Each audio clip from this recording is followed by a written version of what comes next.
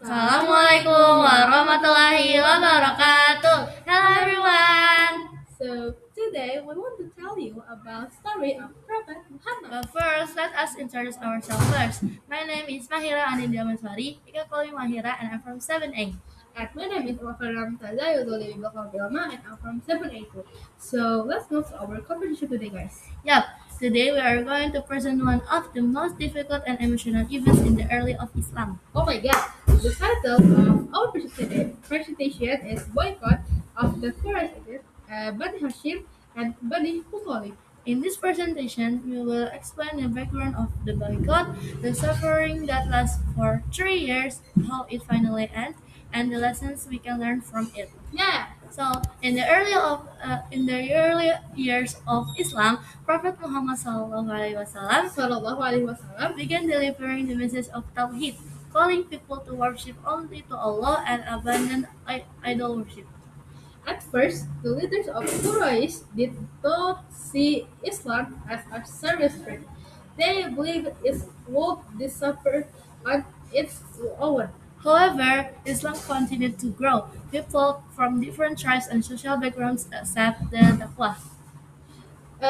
Even respected and strong individuals such as Hamzah bin Abd al-Muttalib and Umar bin al-Khattab embraced Islam. This made the Quraysh leaders anxious. They feared losing their authority, political influence, and economic control over Mecca. Before deciding on the boycott, they tried several methods to stop the Prophet Muhammad sallallahu alaihi wasallam.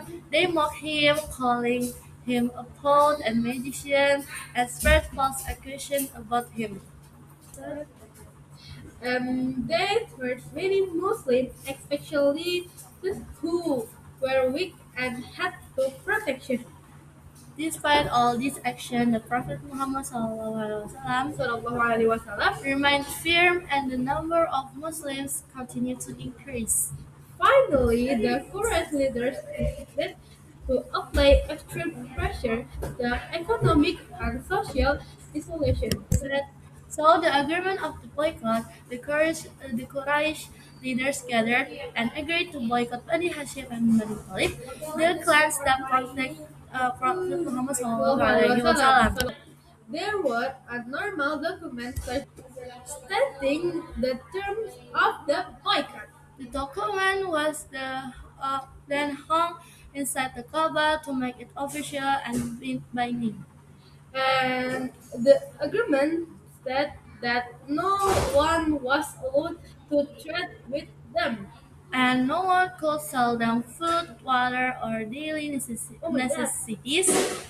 No one was allowed to marry members of their families. And no one could offer them protection or support. The purpose was clear to force them to hand over Prophet Muhammad sallallahu alaihi wasallam Sallallahu Alaihi Wasallam, to the Quraysh and for leader 3 years or hardship. Because of this boycott, the Prophet Sallallahu Alaihi Wasallam, Muhammad sallallahu alaihi wasallam. along with Bani Hashim and Bani Muttalib, moved to a narrow valley called Shib Abi Talib. Oh wow! Under the leadership of and protection of Abu Talib, they stayed there to ensure the safety of the Prophet Muhammad sallallahu alaihi wasallam. Sallallahu Alaihi Wasallam. The boycott lasts for 3 years, beginning around the 7th year of prophethood. Oh, during this time, food became extremely scarce. Trade caravans were warned not to sell goods to them. If someone felt thirsty and tried to help security, prices were rising very high, so Muslims could not afford even basic supplies. There, there were moments when they survived, but only by eating leaves from the trees. Oh my god. Some historical reports mention that they soaked with animal skin in Water. water just to chew. something and reduce hunger. The cries of hungry children could be heard from the valley, especially at night. This period is remembered as one of the darkest and most painful moments in early Islamic stories. Yet, despite hunger, isolation, and pressure, the Prophet Muhammad SAW Sallallahu Alaihi Wasallam. did not stop spreading the dakwah. The Muslims remained patient and united. Instead of awakening them, the hardships strengthened their faith and solidarity. And And what what is is the the solution? solution?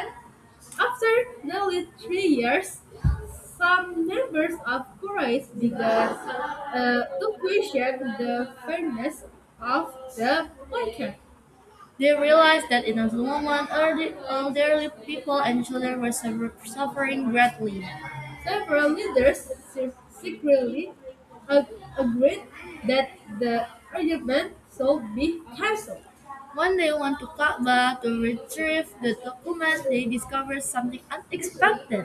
Oh my god, Termite had eaten almost the entire poison bat. Only the words, only the words mentioning the name of Allah remained untouched. MashaAllah. This event shocked many people that had distributed the declaration to end the boycott. And finally, the document was torn apart. The boycott officially ended. Oh, and the Prophet Muhammad SAW Sallallahu Alaihi Wasallam. and his followers were allowed to return to normal life in Makkah. Yay! So, So, what's what's the the conclusion? conclusion? The boycott was meant to silence Islam and weaken the Prophet Muhammad Sallallahu Alaihi Wasallam. Sallallahu Alaihi Wasallam. But he said that it revealed the strength, patience, and unwavering faith of the Muslims. For 3 long years, they endured hunger, isolation, and suffering. Oh my God. Yet they never gave up their belief. From this event, we learn that injustice may appear powerful. Oh, but patience, unity, and trust in Allah are stronger. In Allah, we trust. Ooh. The mission of Prophet Muhammad SAW Sallallahu Alaihi Wasallam. continued after the boycott. And Islam grew even stronger than before. That concludes our presentation. So thank you for your attention, guys. Sorry if we have many mistakes. Wassalamualaikum Wassalamualaikum warahmatullahi wabarakatuh.